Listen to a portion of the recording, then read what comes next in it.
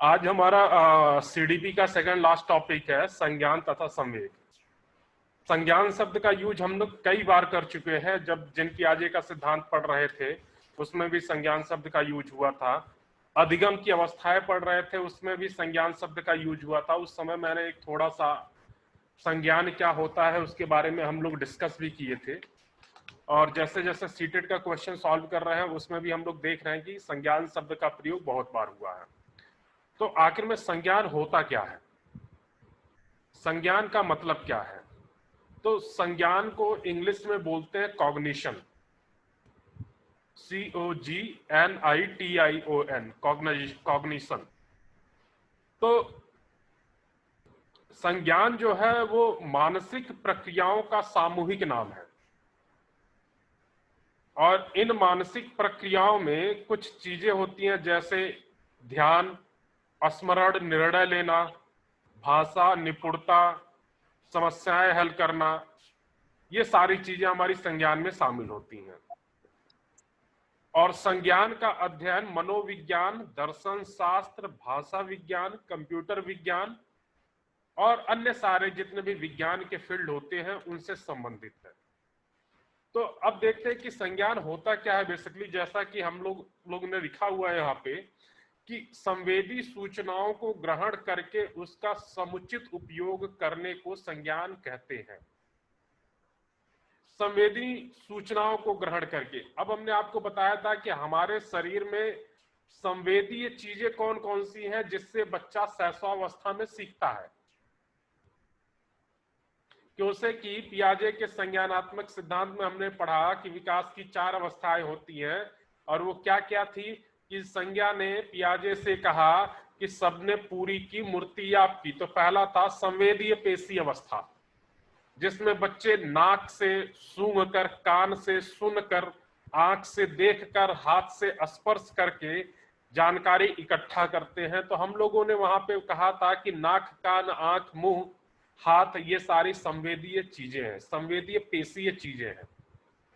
तो संज्ञान का अर्थ है कि संवेदी सूचनाओं को ग्रहण करके और जो सूचनाएं हमने ग्रहण की हुई है उसका समुचित उपयोग करने को संज्ञान कहते हैं। कुछ लोगों ने संज्ञान की डेफिनेशन दी, कुछ मनोवैज्ञानिक ने संज्ञान की डेफिनेशन दी है, जिसमें से एक फेमस है रेवर का। तो रेवर कहते हैं कि संज्ञान का तात्पर्य ऐसे मानसिक व्यवहारों से है जिनका स्वरूप अमूर्त होता है, मतलब दिखाई नहीं देता है। ऐसा व्यवहार जो दिखाई नहीं देता है और जिनमें प्रतीकीकरण मीन्स प्रतीक, इमेज, प्रतीकीकरण मीन्स इमेज से, सूझ क्या होता है? हमने पढ़ा है कि कोहलर का सूझ एवं अंतर्दृष्टि का सिद्धांत, कोसू, जो हमने शॉर्ट फॉर्म बताया था आपको। तो उसमें हमने पढ़ा था कि कोहलर ने कहा कि अधिगम से सीख नहीं बढ़ती है, जब बल्कि उन्होंने ये कहा कि सीख हमारी सूझ से उत्पन्न होती है। मतलब कोई काम हमारे पास है, उसको मैं करने की कोशिश कर रहा हूं, बट अचानक में कोई कॉन्सेप्ट हमारे दिमाग में आएगा और वो सॉल्व हो जाएगा। तो जो अचानक से कॉन्सेप्ट मेरे दिमाग में आ रहा वही सूझ कहलाता था। तो रेबर ने कहा कि मानसिक व्यवहारों से जिनका स्वरूप अमूर्त होता है और जिनमें प्रतीकीकरण, सूझ, प्रत्याशा, जटिल नियम उपभोग, प्रतिमा, विश्वास, अभिप्राय, समस्या समाधान तथा अन्य शामिल होते हैं। तो यह डेफिनेशन रेवर की थी, लेकिन हमारा सीटेट में डेफिनेशन नहीं आता है, तो आप लोगों को इसे करने के लिए याद करने की कोई जरूरत नहीं, बस समझ लीजिए। और संज्ञानात्मक विकास प्रक्रियाएं हैं। संज्ञानात्मक विकास प्रक्रिया ही विकास समान बालक को कविताएं याद करने में, यानी हिंदी साहित्य में, गणित की समस्याओं को हल करने के तरीके के बारे में सोचने के निर्णय लेने में, क्योंकि सबसे ज्यादा दिमाग का यूज गणित की समस्याओं को सॉल्व करने में होता है, कोई अच्छी एवं सृजनात्मक रणनीति बनाने में, या क्रमागत अर्थपूर्ण वाक्य बनाने योग्य बनाती है। ये सारी चीजें हम संज्ञानात्मक से सीखते हैं, संज्ञान से सीखते हैं। और इस प्रकार हम कह सकते हैं कि संज्ञानात्मक विकास से तात्पर्य बालक में संवेदी सूचनाओं को ग्रहण करके उस पर चिंतन करने से तथा क्रमिक रूप से उसे इस योग्य बना देने से जिसका प्रयोग विभिन्न परिस्थितियों में करके वह तरह तरह की समस्याओं को आसानी से समाधान कर ले। तो संज्ञान का अर्थ हमारा क्या है? संज्ञान हमारा वो चीज है जो व्यक्ति संवेदीय पेशी अवस्थाओं से या संवेदीय चीजों से सीखता है और जो सीखा है उसे उस सूचनाओं को विभिन्न प्रकार से तर्क वितर्क करके अन्य प्रॉब्लम को सॉल्व कर लेता है। और जो संवेदी या संज्ञान मिलता है वो अमूर्त होता है, इसका स्वरूप अमूर्त है। अमूर्त मतलब जो चीज दिखाई नहीं देती है। तो संज्ञान अमूर्त है, वो दिखाई नहीं देता है, उसे आपके व्यवहार में झलकता है, आपके कार्य करने की शैली में झलकता है। आपको प्रॉब्लम सॉल्व जब कर रहे हैं तो उसमें दिखता है कि आपके अंदर संज्ञान किस लेवल का है। ज्ञान और संज्ञान में अंतर है। ज्ञान क्या होता है? हम पढ़कर सीखते हैं, ज्ञान हम पढ़ कर लेते हैं, जबकि संज्ञान सूझ से उत्पन्न होता है और इसका स्वरूप अमूर्त होता है। ज्ञान का स्वरूप मूर्त होता है। अगला देखते हैं कि शिक्षार्थियों में संज्ञानात्मक विकास किस तरीके से होता है। तो आप लोगों को पहले से ही पता है, जब आप विभिन्न अवस्थाएं पढ़ रहे थे तो उसमें आपने पढ़ा था कि जो बच्चे होते हैं उनका संवेगात्मक विकास वातावरण और उसके व्यक्तित्व के भावात्मक तत्व और अन्य व्यक्तियों तथा परिस्थितियों के उसके भाव से निर्मित होता है। पर्यावरण पे डिपेंड करेगा, मीन्स संवेगात्मक विकास सबसे बड़ा इफेक्ट किसका पड़ेगा? पर्यावरण का। क्योंकि कि आप लोगों ने पर्यावरण शब्द जब पढ़ा था तभी मैंने बताया था कि कहीं पे भी अगर आपके पूरे सीटेट में पर्यावरण शब्द है तो वो ऑप्शन तो जरूर होगा। तो संज्ञानात्मक या संज्ञानात्मक विकास वातावरण पे निर्भर करता है, व्यक्तित्व के भावात्मक तत्व मीन्स पर्सनालिटी के भावात्मक तत्व मीन्स संज्ञानात्मक तत्व पे, और अन्य व्यक्तियों तथा परिस्थितियों के प्रति उसके भाव से निर्मित होता है। और बालक जैसे जैसे बड़ा होगा तो उसकी शिक्षा आरंभ होगी और अनुभव तथा ज्ञान की सीमा बढ़ती जाती है। जैसे जैसे बड़ा होता जाएगा, मीन्स पहले शैशवावस्था से बाल्यावस्था में आएगा, बाल्यावस्था से किशोरावस्था में, किशोरावस्था से प्रौढ़ावस्था में। तो जैसे जैसे उसका विकास होगा विभिन्न ग्रुप में तो उनकी शिक्षा भी बढ़ती चली जाएगी, और जब उनकी शिक्षा बढ़ती चली जाएगी, उम्र बढ़ता चला जाएगा, तो उनके अनुभव तथा ज्ञान दोनों में बढ़ोतरी होती रहेगी। और शिक्षक तथा परिवार के साथ उनकी अन्योन्य क्रियाएं बढ़ती जाती हैं तथा उसे प्रभावित करने वाले कारकों की संख्या भी बढ़ती जाती है। जैसे जैसे आपका एज ग्रुप आगे बढ़ता जाएगा वैसे वैसे आपके प्रति लोगों की जिम्मेदारी बढ़ती चली जाएगी, या आपकी जिम्मेदारी लोगों के प्रति बढ़ती चली जाएगी, और आप स्कूल में, परिवार में, समाज में ऐसे काम करेंगे जिससे आपकी मर्यादा खराब ना हो, आपका मान सम्मान हो। और इसको पूर्ण करने के लिए, अपने मान सम्मान को पूरा करने के लिए विभिन्न प्रकार के फैक्टर होते हैं, विभिन्न प्रकार के कारक होते हैं। उन कारकों की भी संख्या बढ़ती चली जाएगी। आप बाल्यावस्था में आप केवल घर में रहेंगे, किशोरावस्था में आपकी फ्रेंड सर्किल होगी, प्रौढ़ावस्था में आपका पूरा समाज होगा। तो जितना छोटा दायरा उतने कम कारक, जितना बड़ा दायरा उतने ज्यादा कारक, उतने ज्यादा फैक्टर। अगली लाइन कुछ इस तरीके से लिखी हुई है कि शिक्षार्थी अपने माता पिता, मित्र, भाई बहन, शिक्षक और अन्य महत्वपूर्ण व्यक्तियों से उसके पारंपरिक या पारस्परिक संबंध और उनके प्रति अपनी संवेदनाओं के द्वारा निर्देशित होता है।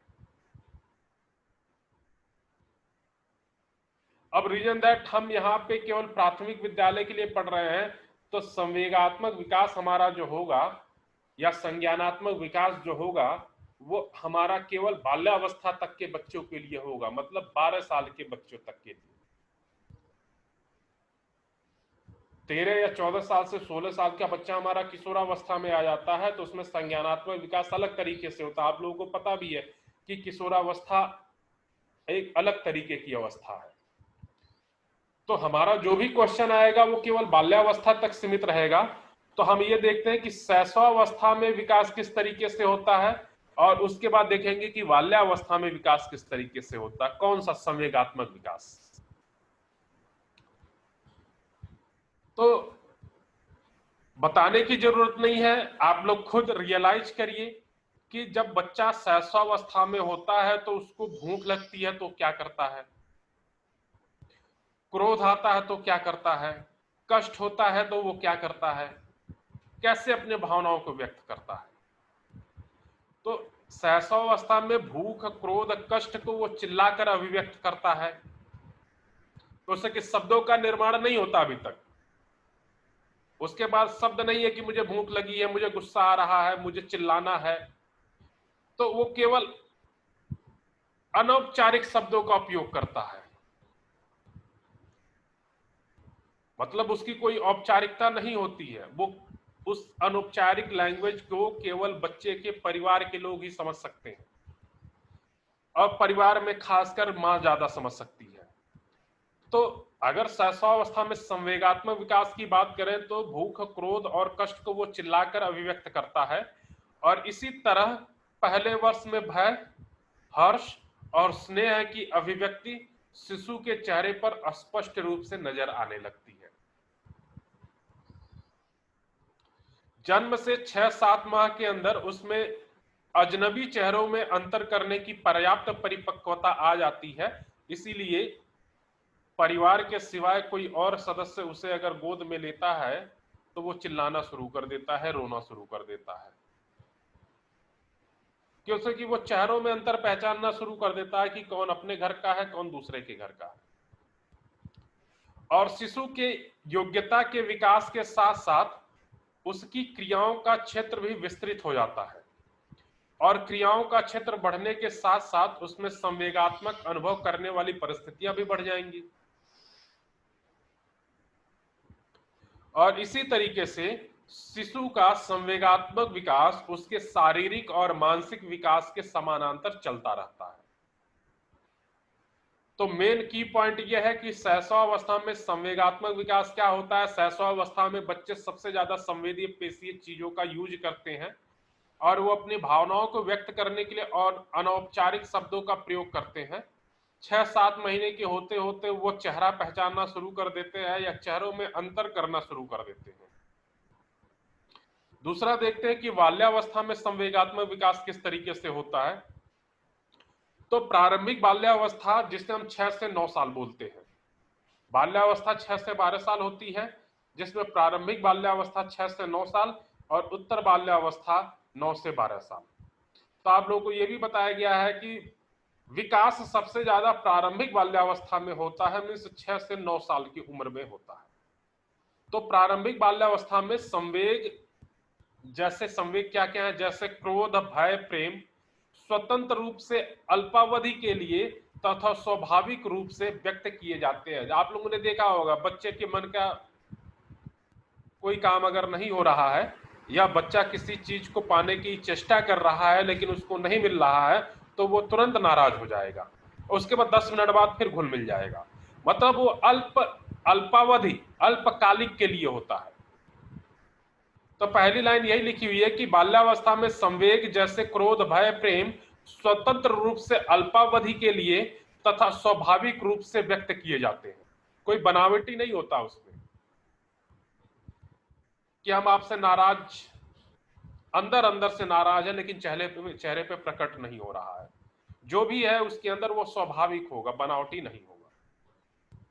और वयस्कों का स्वभाव अपेक्षाकृत जटिल होता है, उनके संवेग मिश्रित होते हैं, दबित होते हैं, इनके संवेग में भावों को व्यक्त करने से रोका जाता है वो अपेक्षाकृत लंबे समय तक बने रहते हैं। जैसे आपके प्रति नाराज रहेंगे लेकिन आपके मुंह पे खुल के नहीं बोलेंगे, पीठ पीछे गाली देंगे लेकिन सामने आपकी बढ़ाई करेंगे। तो उनका जो संवेग होता है वो मिश्रित होता है। आपसे अंदर अंदर से वो क्रोधित रहेंगे लेकिन बाहर से प्यार दिखाएंगे। तो ये वयस्कों का है। लेकिन अगर हम बाल्यावस्था में कर रहे हैं और बाल्यावस्था में खासकर प्रारंभिक बाल्यावस्था में कह रहे हैं तो उसमें संवेग मिश्रित नहीं होता है या दमित नहीं होता है। अगला है कि संवेगों का विकास बाल्यावस्था के सहज, स्वतंत्र तथा संक्षिप्त अभिव्यक्त संवेगों से वयस्कावस्था के जटिल, लंबे समय तक चलने वाले तथा नियंत्रित संवेद तक की संपूर्ण प्रक्रिया को व्याख्या करता है।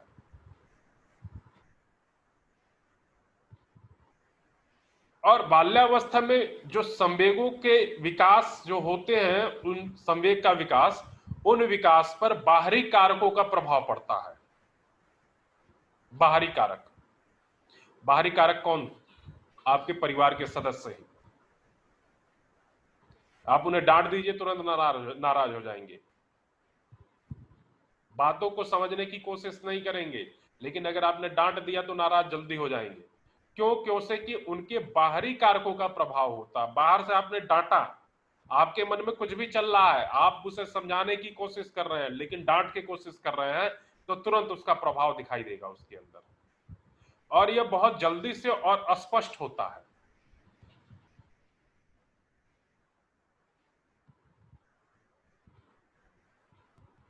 अगला है कि विद्यालय तथा घर का स्वतंत्र एवं उन्मुक्त वातावरण बालक को उसके संवेगों को मुक्त रूप से अभिव्यक्त करने तथा उसमें उपयुक्त परिष्कार करने में सहयोग देता है।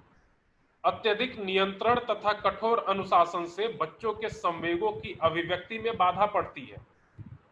परिणाम स्वरूप बालक में अनेक मानसिक ग्रंथियां बन जाती हैं जो उसके व्यक्तित्व के विकास के लिए हानिकारक होती हैं। इसलिए मैंने आपसे बार बार कहा, बार बार कहता हूं, और बार बार सीटेट में क्वेश्चन इस तरीके का आता है कि आप बाल्यावस्था के बच्चों को डांट कर, फटकार कर, मार कर नहीं समझा सकते हैं। उनको प्यार से समझाना चाहिए। अगर कठोर अनुशासन देंगे, बात बात पे पीटना चालू कर देंगे, बात बात पे डांटना चालू कर देंगे, तो उनकी पर्सनैलिटी रुक जाएगी, पर्सनैलिटी ग्रोथ नहीं होगा। मीन्स अभिव्यक्ति में बाधा पड़ जाएगी और उनकी पर्सनैलिटी के लिए वो हानिकारक होगा। क्यों से कि अपने अंदर की इच्छाओं को व्यक्त नहीं कर सकते हैं, क्यों से कि उनकी इच्छाओं को, उनकी संवेदनाओं को, उनकी संवेगों को बाल्यावस्था में ही नष्ट कर दिया गया। उनको पता ही नहीं है संवेग क्या होता है, उनको पता ही नहीं है संवेग को प्रदर्शित कैसे करते हैं, उनको ये नहीं पता है कि हंसना है कि रोना है। तो इसीलिए कहा जाता है कि बाल्यावस्था के बच्चों को पढ़ाते समय कभी मारना, पीटना, डांटना, फटकारना नहीं चाहिए। अब आते हैं 9 से 12 साल, मिस मध्य बाल्यावस्था, मध्य बाल्यकाल। तो इस अवस्था में शिक्षार्थियों में बाहरी वस्तुओं के लिए जिज्ञासा बनी रहती है। बाहरी वस्तुओं के लिए उनकी स्मरण शक्ति तथा तर्कपूर्ण चिंतन करने की शक्ति बढ़ जाती है। उससे उन्हें परिस्थितियों के साथ सामंजस्य बैठाने में सहायता मिलती है। जैसे एग्जाम्पल के तौर पे, ये क्या है? आपने बताया पत्ता है। फिर अगला क्वेश्चन, ये ग्रीन कलर का क्यों है?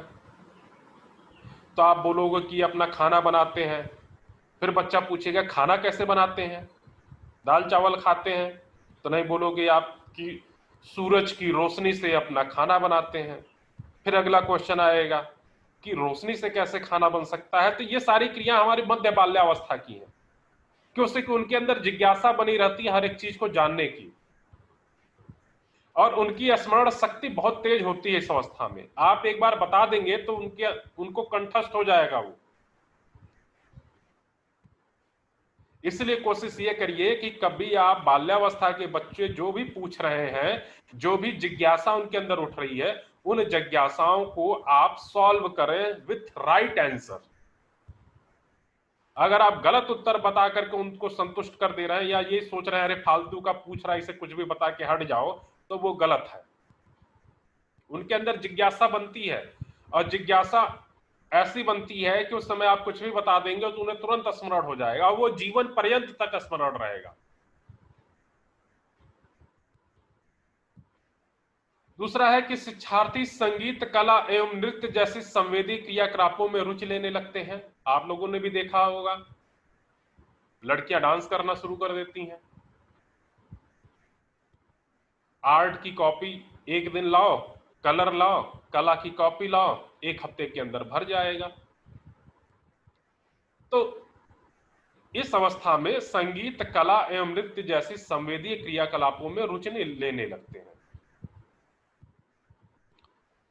और हमने यह भी पढ़ा था कि पियाजे ने कहा था कि मध्य बाल्यकाल में शिक्षार्थी के अंदर क्रमशः तार्किक नियमों को समझने, स्थानिक तर्क में सुधार करने और वास्तविकता एवं काल्पनिकता में अंतर करने की क्षमता आ जाती है। क्यों से कि ये मूर्त अवस्था होती है, सबने पूरी की मूर्ति आपकी मूर्त अवस्था। और मूर्त अवस्था में क्या होता है, तर्क वितर्क करने की क्षमता शुरू होने लगती है। अगला है कि इस अवस्था में शिक्षार्थियों में भाषिक विकास उच्च स्तर का होता है। वो सीखे हुए शब्दों के समान अर्थ वाले या विपरीत अर्थ वाले शब्द सीखने लगते हैं। मीन्स भाषा के विकास का उच्च स्तर कौन सा है, तो भाषा के विचार का उच्च स्तर बाल्यावस्था। और बाल्यावस्था में कौन सी अवस्था, मध्य बाल्यावस्था। वैसे ये कहा ही जाता है कि विकास किस अवस्था में सबसे ज्यादा होता है, तो आप लोग उत्तर देते हो बाल्यावस्था।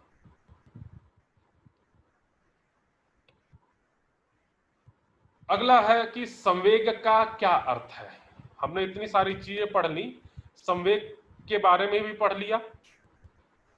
तो संवेग का अर्थ इस तरीके से है कि जीवन में संवेगों की महत्वपूर्ण भूमिका होती है तथा व्यक्ति के व्यक्तित्व एवं सामाजिक विकास में संवेग का योगदान होता है। निरंतर संवेगात्मक असंतुलन और स्थिरता व्यक्ति के वृद्धि एवं विकास को प्रभावित करती है तथा अनेक प्रकार की शारीरिक, मानसिक और सामाजिक समस्याओं को उत्पन्न करती है।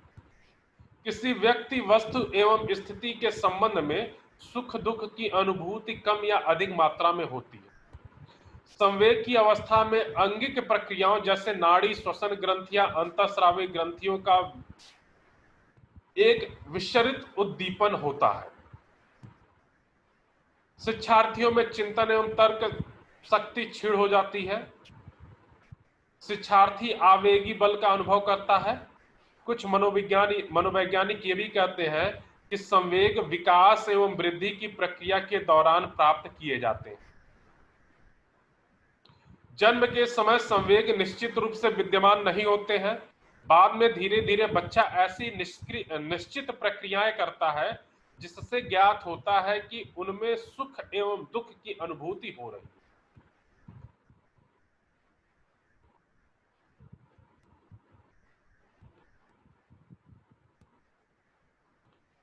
संवेग की विशेषताएं क्या क्या है,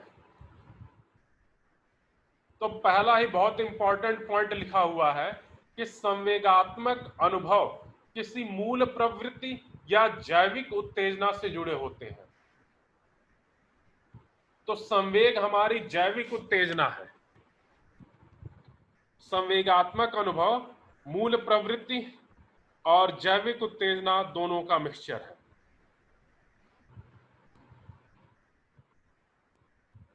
और संवेगात्मक अनुभव के दौरान प्राणी में अनेक शारीरिक परिवर्तन होते हैं। जो प्राणी इस पृथ्वी पर जिंदा है, हर एक प्राणी में संवेग होता है और हर एक स्तर पे संवेग होता है, चाहे वो शैशवावस्था में हो, चाहे बाल्यावस्था में हो, चाहे किशोरावस्था में हो, चाहे प्रौढ़ावस्था में हो, चाहे वृद्धावस्था में हो।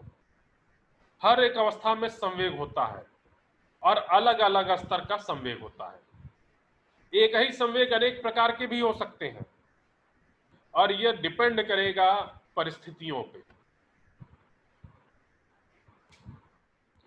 और ये संवेग जो है ये अचानक उत्पन्न होता है, शीघ्रता से उत्पन्न हो जाता, जैसे क्रोध, अचानक से ही क्रोध आता है आपको, धीरे धीरे क्रोध नहीं आता है। भय, डर, अचानक से ही डर लगने लगेगा। डर की शुरुआत धीरे धीरे नहीं होती है। हंसना कह लें, आप हंसते हैं, वो भी एक संवेग है, वो भी तो अचानक ही होता है, लेकिन इनकी समाप्ति धीरे धीरे होती है। अचानक गुस्सा खूब तेज आया है, लेकिन आधा घंटा लग जाएगा गुस्से को शांत करने की। तो संवेग की उत्पत्ति अचानक होती है और इनका अंत धीरे धीरे होता है। संवेग के निम्न प्रकार हैं, और ये निम्न प्रकार संवेग के हम कल देखेंगे कि कितने प्रकार के संवेग होते हैं। आज